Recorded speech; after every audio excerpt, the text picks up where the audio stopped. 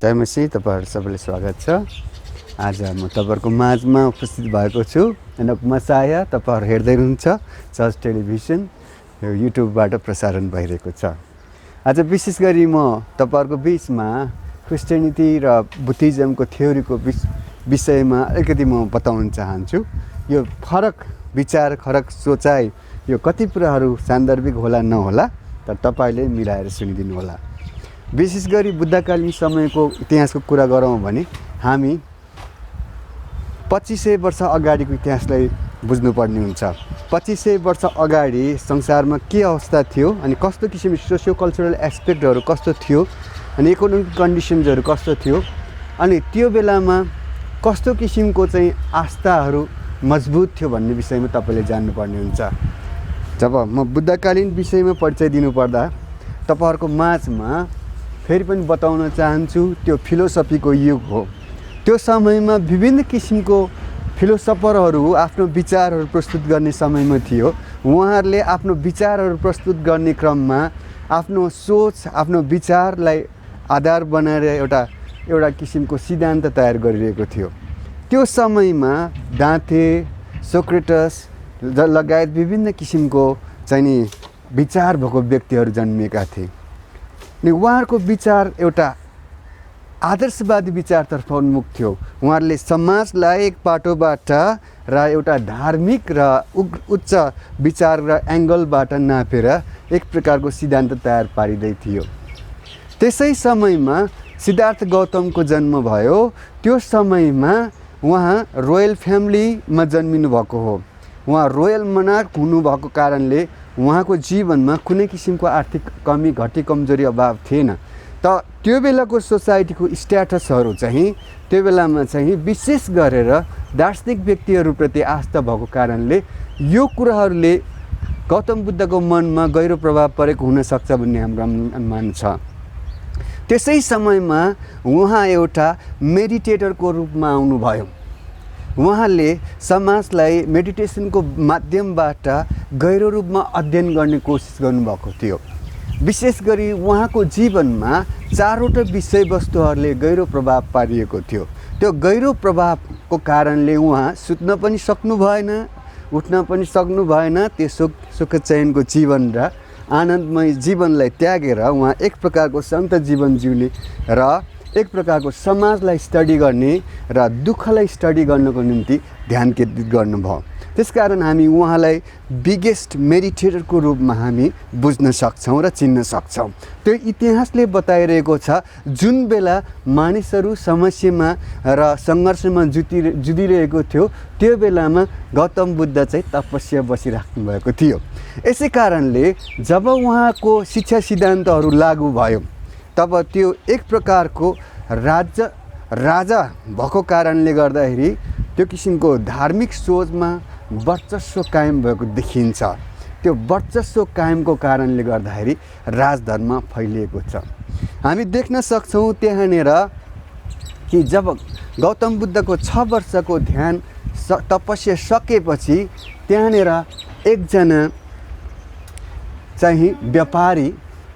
एकजना व्यापारी हुनुहुन्थ्यो जो चाहिँ म्यानमारबाट आउनुभएको थियो। त्यो म्यानमारबाट आउनुभएको व्यापारी एकदम धनी थियो। त्यहाँनिर हिराको व्यापारीहरू थियो। तिनीहरूले बहुमूल्य हिराहरू जम्मा गर्थ्यो, नागमणिहरू पक्ड्ने काम गर्थ्यो। अनि धेरै पैसाले शक्तिशाली भएको व्यक्तिले गौतम बुद्धको चेला हुन पुग्यो। अनि त्यसपछि 3वटा चाहिँ अनि रत्नहरूको विषयमा त्यहाँ देख्छौँ हामी। बुद्धम शरणम गच्छामि, धम्मम शरणम गच्छामि भनेर उहाँले त्यस प्रकारले चाहिँ गुरु मान्नुभयो, धर्मको रूपमा स्थापित भयो। अनि त्यहाँनिर एउटा डाँडा थियो, त्यो वनमा, जङ्गलमा उहाँको चाहिँ त्यो रुपियाँ पैसाले त्यो डाँडा नै भरिने गरेर उहाँले बिछ्याउनु भएको थियो। त्यो इतिहास हामी पाउँछौँ। त्यसकारणले जब त्यो सङ्घ अथवा जो भिक्षुलाई चाहिँ त्यस्तो किसिमको बलिदान, त्यस्तो किसिमको त्याग र तपस्याबाट चाहिँ समाजले चिन्यो, त्यसपछि फेरि सङ्गम शरणम गच्छामि भनेर उहाँको चेलाहरू फेरि पनि संसारभर फैलियो। बुद्धकालीन समयमा मेडिटेसन्सको शिक्षा थियो। अनि बुद्धकालीन 4 आर्य सत्यलाई संस्थागत गर्दै आर्य अष्टाङ्ग मार्ग अनि जीवनचक्र, धर्मचक्र नामक विभिन्न किसिमको सिद्धान्तहरू प्रतिपादन हुँदै गयो। तथापि हामी यसलाई हेर्नेछौँ भने क्यारेक्टराइजेसन भन्ने कुराहरू पनि बुझ्न सक्छौँ। जसरी चरित्रीकरण, कसरी चरित्रीकरणबाट चाहिँ सभ्यतालाई विकास गर्ने कोसिस गर्यो भन्ने कुरा अनुमान गर्न सक्छौँ। त चरित्रीकरणको विषयमा हामी बोल्नु पर्दा गौतम बुद्धले आफ्नो क्यारेक्टरलाई सफा राख्ने र क्यारेक्टर सफा राखेपछि हामी नोबल क्यारेक्टर भएपछि हामी एक प्रकारको निर्वाणको लेभलमा पुग्न सक्छौँ भन्ने किसिमको धारणा थियो। त्यसकारणले अष्टमार्ग, पञ्चशील यस्तो प्रकारको शील समाधिहरू प्रयोग गरेर उहाँको चेलाहरूले आफूलाई तपस्वी जीवन जिउनुमा कोसिस गर्नुभयो। त यो थियो गौतम बुद्धको बुद्धकालीन समयको इतिहासको कुरो। अब ख्रिस्टकालीन समयको बारेमा पनि हामी बुझ्नेछौँ। र ख्रिस्टकालीन समय चाहिँ विशेष गरी प्रभु येशू ख्रिस्ट जन्मिनु भएको समयलाई बुझिन्छ। बाइबलको इतिहासको घटनाक्रमलाई हेर्दा सृष्टिदेखि प्रकाशसम्मको पुस्तकलाई हामी हेर्न सक्छौँ। सृष्टिदेखि प्रकाशसम्मको पुस्तकहरूमा हेर्दा हामीले त्यहाँनिर जब मलाकीको पुस्तक लेखियो, मलाकीको पुस्तक र मत्तीको पुस्तकको बिचमा 400 वर्ष मौनताको समय छ भन्ने कुरोको अवधारणाहरू बाइबलविदहरूले प्रस्ट्याउँदै आइरहेका छन्। अनि यस विषयमा कुरा गर्नुपर्दा हामी जुन बुद्ध मार्गी सिद्धान्त प्रतिपादन भएको कुराकानीहरू गऱ्यौँ त्यो समय चाहिँ 400 वर्ष मौनताको समयमा पर्दछ। 400 वर्ष मौनताको बिचमा हामी के देख्छौँ भने त्यहाँ विभिन्न विचारकहरूको जन्म भएको देखिन्छ। अनि त्यो विचारकहरूले चाहिँ विभिन्न किसिमको सिद्धान्तहरू निकालेको देखिन्छ। त्यहाँ क्रान्तिकारी सिद्धान्तहरू पनि आइसकेको थियो र कर उठाउने र महसुल उठाउने सिद्धान्तहरू पनि आइरहेको थियो। रोम सहर विश्वकै एउटा व्यापारिक केन्द्र हुन गयो, जहाँ ग्रिक भाषा चाहिँ विश्वव्यापी चाहिँ भाषा हुन गयो। त्यसकारण हरेक पुस्तकहरू ग्रिक भाषामा लेखिन्थ्यो र ग्रिक सभ्यतालाई अझै पनि गहिरो दृष्टिकोणले अध्ययन गरिन्थ्यो।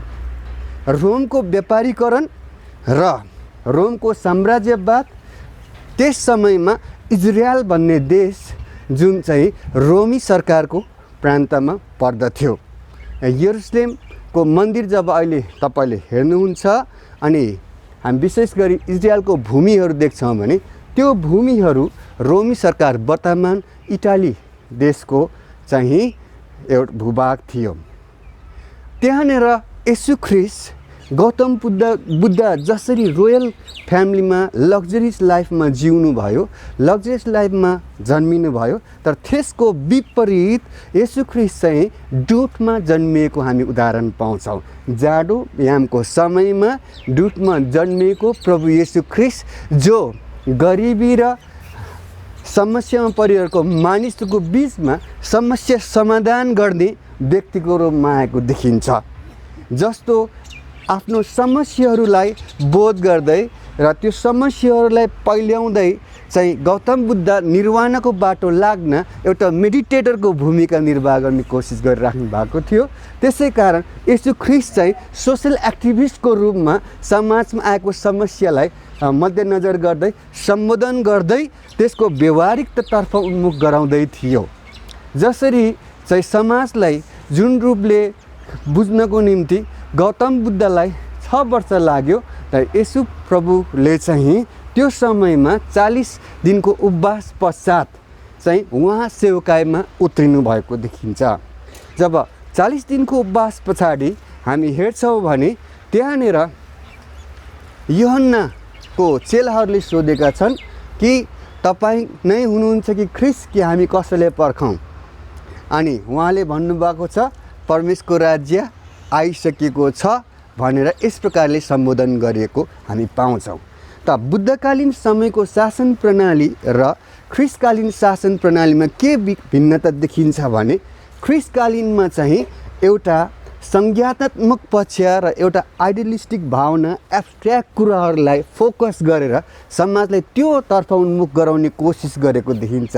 यद्यपि बुद्धवादमा शून्यताको कुराहरू र चारित्रीकरणको विचार बाहेक अरू भिन्न पाइन भने यहाँ ख्रिस्टकालीन समयमा त्यही शून्यवादलाई पनि एड्रेस गरेर प्रशस्तताको जीवन दिन यसु ख्रिस्ट गरिबीमा आउनुभएको हो र जो बिमारीपन थियो र दुखित थियो उही दुखित देखेको गौतम बुद्धले देखेको दुखित व्यक्तिहरूको निम्ति नै उपचार गरेर चङ्गाइ दिनको निम्ति आउनु भएको भन्ने प्रमाण छ।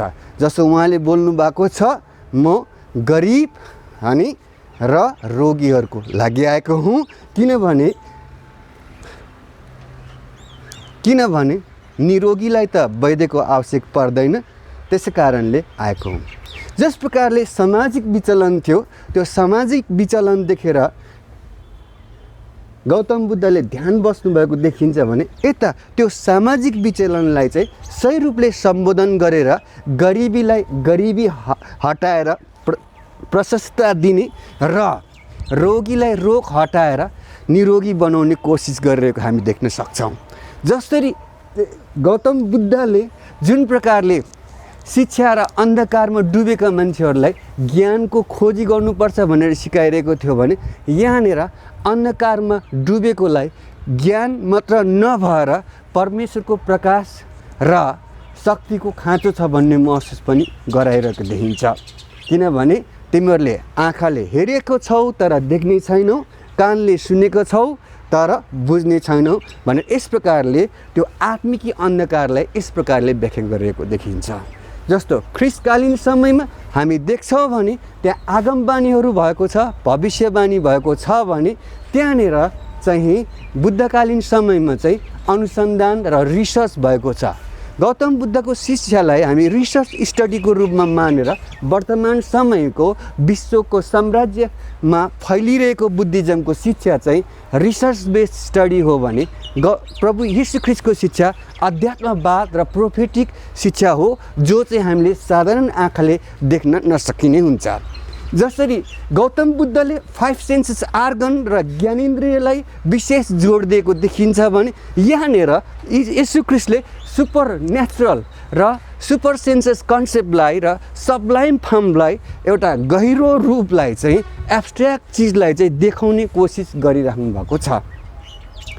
अब हामी यतापट्टि जब यीशु ख्रिस्टले जुन प्रकारको बाटो भएर हिँड्नुभयो त्यो चाहिँ सरासर गौतम बुद्धले खोजी गरेको दुःख र सतावटको सम्बोधन स्वरूप गरेको थियो। किनभने तिमीहरूले मलाई संसारमा शान्ति ल्याउन आएको भनी नसोच कि तिम्रो परिवार विरुद्ध हुनेछन्, भाइ विरुद्ध हुनेछन् र परमेश्वरको राज्यको निम्ति त्यो किसिमको विवाद हुनेछ। जसरी समस्यालाई देखेर गौतम बुद्ध मेडिटेसनतर्फ लाग्नुभयो भने यता समस्याले देखेर प्रभु येशू ख्रिस्ट चाहिँ सोसल एक्टिभिस्टको रूपमा, क्रान्तिकारीको रूपमा चेतना शक्तिहरू फैल्याउने र यस प्रकारले परिवर्तन रूपान्तरण गर्ने क्रममा लागेको देखिन्छ।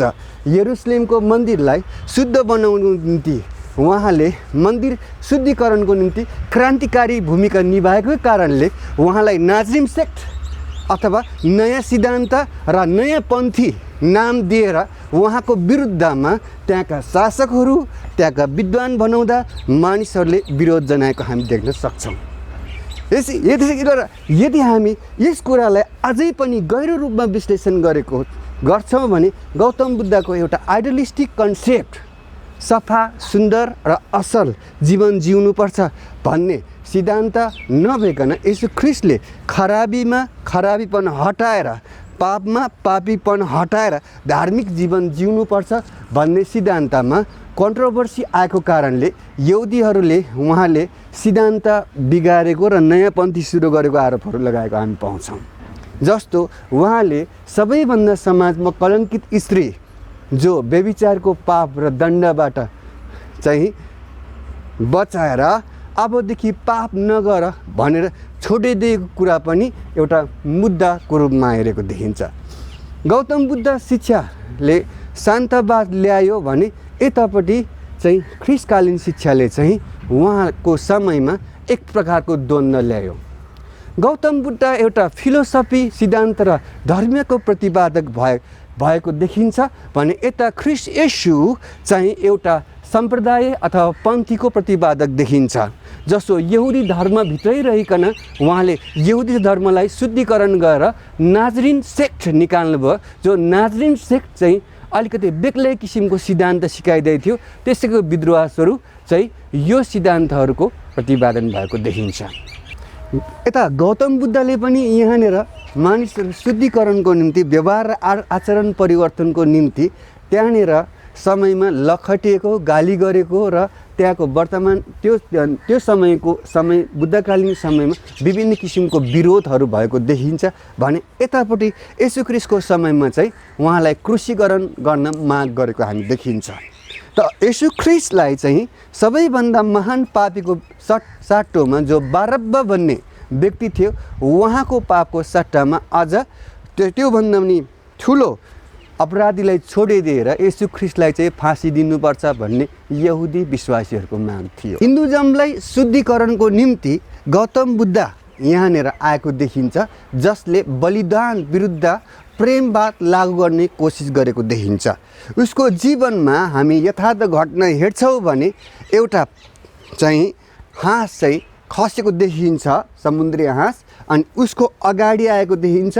अनि बचाउँदाखेरि त्यहाँनिर जो व्यक्तिले चाहिँ त्यो हाँसलाई मार्न खोजेको थियो, त्यो व्यक्तिले यो मेरो हो भन्ने दाबी गरेको छ। अनि गौतम बुद्धले भनेको छ यो चाहिँ मेरो हो, किनकि मार्नेको भन्दा बचाउनेको हक हुन्छ। यही कुरा येशू ख्रीष्टकालीन समयमा पनि लागू हुन्छ। येशू ख्रीष्टले सबै पापी र मानिस जातिको मुक्तिको निम्ति बलिदान भएको देखिन्छ। त्यस कारणले बुद्धको समयमा जुन किसिमको सामाजिक रूपान्तरणहरू गर्न खोजेको थियो, त्यो कुराले चाहिँ एउटा समस्या समाधान हुने त्यो समयको लागि चाहिँ उचित थियो भने येशू ख्रीष्टको त्यो बलिदानबाट सबै मानव जातिले मुक्ति पाएको कुराहरू स्थापित छ। गौतम बुद्धले उता जातपात पनि मान्दैन थियो, अनि त्यस कारणले गर्दा पनि उहाँलाई चाहिँ विरोध जनाइरहेको थियो भने यता पनि येशू ख्रीष्टले उस्तै प्रकारले जातिहरूलाई पनि सम्बोधन गरेको देखिन्छ। जस्तो कि सामरी स्त्रीलाई पनि आगमबानीद्वारा चाहिँ उसको जीवनमा भएको यथार्थलाई चाहिँ व्यक्तिगत विवरणलाई प्रस्ट्याइदिएको देखिन्छ र त्यहाँनिर सामरी स्त्रीको हातबाट पानी पिउने इच्छा गरेको देखिन्छ। त्यस कारणले अब यो कुराहरूमा हामी केही सिमिल्यारिटिजहरू पनि छ, डिसिमिल्यारिटिज कुराहरू छ भने हामी फोकस गर्नुपर्ने कुराहरू चाहिँ के हो त भन्दाखेरि हामीले चाहिँ यहुदी धर्म, त्यो समयको यहुदी धर्मलाई शुद्धिकरण गर्ने येशू ख्रीष्टले कसरी बलिदानद्वारा त्यो व्यक्तिको, त्यो समाजको, त्यो परिवेशको समस्याहरू समाधान गर्यो भन्ने कुराहरू बुझ्न सक्छौँ। जस्तो अध्यात्मवादलाई हामी हेर्छौँ भने विभिन्न समयमा विभिन्न किसिमको सिद्धान्तहरू आएको देखिन्छ, विभिन्न किसिमको चाहिँ डिनोमिनेसन र सेक्टहरू आएको देखिन्छ। नाजरिन सेक्ट अन्तर्गत रहेको येशू ख्रीष्टले चाहिँ त्यो समयमा विभिन्न किसिमको क्रान्तिकारी विचारहरू ल्याएर समाज परिवर्तनको दिशामा अगाडि बढाइरहेको देखिन्छ। अब अर्को शब्दमा जोड्नु पर्दा जुन प्रकारले एब्स्ट्र्याक्ट कुराहरूको परिकल्पना गरिएको थियो भने बुद्धकालीन समयमा यता येशू ख्रीष्टले चाहिँ एकदमै प्राग्मेटिक एस्पेक्टलाई चाहिँ, व्यवहारिक एस्पेक्टलाई चाहिँ फोकस गरेको देखिन्छ। धन्यवाद छ प्रिय मित्रहरू, तपाईँले भर्खरै हेर्दै हुनुहुन्थ्यो कि चर्च टेलिभिजन, अनि यसमा मैले तपाईँहरूको बिचमा बुद्धिज्म र हिन्दुज्मको क्रिस्चियनिटीको बिचमा भएको डिफ्रेन्सलाई चाहिँ र सिमिल्यारिटिजलाई चाहिँ म बताउने कोसिस गरिरहेको थिएँ। अनि अब जब यो कुराहरूबाट हामी के पाउन सक्छ भने येशू ख्रीष्ट एउटा मुक्तिदाता परमेश्वर हुनुहुन्छ। उहाँ कुनै धर्म, संस्कृति र कुनै किसिमको ईश्वरको विरोधमा, कुनै किसिमको भगवानको विरुद्धमा नभएर मुक्तिको परमेश्वर हुनुहुन्छ। हामी देख्छौँ येशू ख्रीष्ट कालीन समयमा त्यो बेलामा चाहिँ पापीहरूको मुक्तिको निम्ति जुन प्रकारले उहाँले बलिदान दिनुभएको छ, त्याग र तपस्या गर्नुभएको छ, त्यो त्याग र तपस्याको फलस्वरूप आज हामी क्रिस्चियन भएका छौँ, हामी इसाई भएका छौँ।